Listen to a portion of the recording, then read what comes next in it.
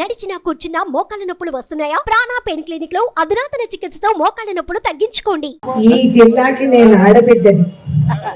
కుల మత భేదాలు లేకుండా పునాది వేసిన నందమూరి తారక రామారావు గారు నేర్పించిన శిక్ష. ఆ రోజు నా రాజకీయ రంగ ప్రవేశం జరిగిందంటే ఎక్కడో ఉన్నదాన్ని గుర్తుపెట్టి నందమూరి గారు ఏలెత్తి చూపెట్టి నన్ను పిలిపించి ఈ రాజకీయ రంగంలో రంగ ప్రవేశం చెయ్యి అని చెప్పి ఆదేశించిన వ్యక్తి వారు. ఇవాళ 28 సంవత్సరాలు గడిచిపోయిందా అనేది నాకు ఆశ్చర్యంగా ఉంది.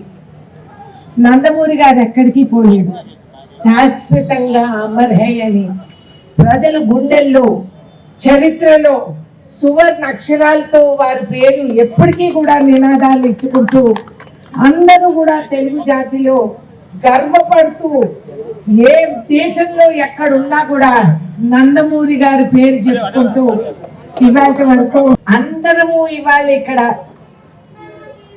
ఐక్యతతో నిలబడ్డామంటే వారిని గుర్తు పెట్టుకునే మనందరం ముందుకు వస్తాం. రాజకీయాలు, రాజకీయ విభేదాలు, వివిధ పరిస్థితుల వల్ల దారులు కొన్నిసార్లు మారుతూ ఉంటాయి, పునాదులు కాదు. అందుకని నందమూరి గారు నాకు ఇచ్చిన బిరుదు బహిరంగ సభలో ఏకైక మగవాడు నా పార్టీలో అని చెప్పి నన్ను ఆశీర్వదించారు. ఆ రోజుల్లో వ్యంగ్యంగా నా గురించి గోడల మీద రివాల్వర్ రాని రౌడీ రేణుక అని చెప్పి రాసేవారు. నేను వ్యసనపడితే వారు అన్నారు, వ్యసనం ఎందుకు, అది నిన్ను మెచ్చుకుంటున్నారు వాళ్ళు, గర్వపడు అని చెప్పారు. ఎంతో దగ్గరగా వారితో పాటు ప్రయాణాలు చేసి ఎన్నో సమస్యలను ఎదుర్కొంటూ ఆ రోజు ఆయన నేర్పించిన విలువలు ఏ పూట కూడా ఏ పార్లమెంటు సీటు కూడా అమ్ముడికి పెట్టలేదు నందమూరి తారక రామారావు గారు. నేను సాక్ష్యం దానికి. నాలాంటి అమాయకుల్ని, అనామకుల్ని గ్రామాల్లో నాతో పాటు మొట్టమొదటిసారి రాజ్యసభకి వెళ్ళినప్పుడు అసలు వాళ్ళు ఎవరో, వాళ్ళ మొహాలు ఎవరో మాకు తెలియదు. జిల్లా కలెక్టర్లకు ఫోన్ చేసి ఫలానా వ్యక్తిని ఎక్కించి బస్సు ఎక్కించి పంపించండి అన్నారు. అటువంటి వాళ్ళకు అవకాశం ఇచ్చి పునాదులు పోసి ఇవాళ తెలుగుదేశం బతికే ఉంది, బ్రహ్మాండంగా ఉంది.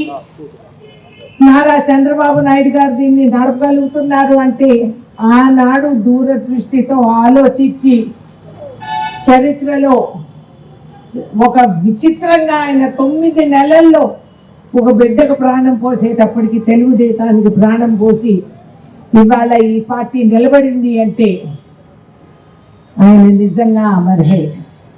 ఆ విలువలతోనే తెలుగు జాతి ఎక్కడున్నా కూడా గర్వపడి అందరము ఐక్యతతో కలిసికట్టుగా పనిచేసి ఒక ఈ రాజకీయ స్తబ్దత ఏదైతే ఈ కాలంలో వచ్చిందో దాన్ని తొలగి వేసేటట్టు ఈ 10 సంవత్సరాలు ఈ రాష్ట్రంలో అనుభవించిన నరకాన్ని తొలగించి ఇవాళ కాంగ్రెస్ తెలుగుదేశం కలిసి పని చేసుకొని ఒక మంచి పరిపాలనని మళ్ళీ ఏర్పాటు చేసుకునే దాంట్లో అందరము భాగస్వాములుగా ఉన్నామని గర్వపడుతూ ఈ అవకాశం నాకు కలిగించారు. నందమూరి గారు ఎక్కడున్నా కూడా నేను వస్తాను అనేది ఆయనకి నమ్మకం, నాది కర్తవ్యం, నా ధర్మంగా భావించి ఇవాళ ఇక్కడ రావటం జరిగింది. మళ్ళీ మీకు అన్నగారు ఇవి చెప్పాలంటే నా అనుభవాలు ఆయనతో ఉన్న వాటివి ఈ సమయం సరిపోదు, ఈ జన్మ కూడా సరిపోదు. అందుకని ఆయనను ఆదర్శంగా పెట్టుకుంటూ ఎక్కడ ఆయన అనేవారు ఎక్కడున్నా మనవారే అని అనుకుంటాను.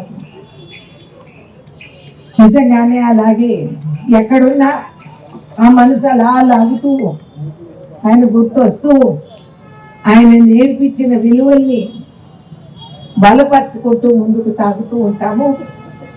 ఇవాళ ఇక్కడ రాష్ట్రంలో కాంగ్రెస్ పరిపాలన, రేవంత్ రెడ్డి గారు రాష్ట్ర ముఖ్యమంత్రిగా ఆ రోజుల్లో తెలుగుదేశంలో ఆయన ఎంతో ముఖ్యమైన పాత్ర వహించింది మీకు అందరికీ కూడా తెలుసు. నేను ఉన్నప్పుడు వీరు లేరు, నా తర్వాతే వచ్చారు. మిమ్మల్ని అందరినీ కలుసుకోగలిగే భాగ్యం నాకు కలిసిందని చెప్పి కేతినేని హరిశ్చంద్ర గారికి నేను మనస్ఫూర్తిగా కృతజ్ఞతలు చెప్పుకుంటూ, నందమూరి గారిని నా చేతులతో పూలదండ వేసుకోగలిగానని భాగ్యం కలిగించినందుకు నేను కృతజ్ఞతలు చెప్పుకుంటూ, మీరందరూ కూడా నా వాళ్ళని భావిస్తూ, ఏ క్షణం ఏ అర్ధరాత్రి వేళైనా ఏ పరిస్థితుల్లో అయినా అవసరం ఉంది అంటే నేను వస్తాను అని మీకు హామీ ఇస్తూ సెలవు మరి. Thank you.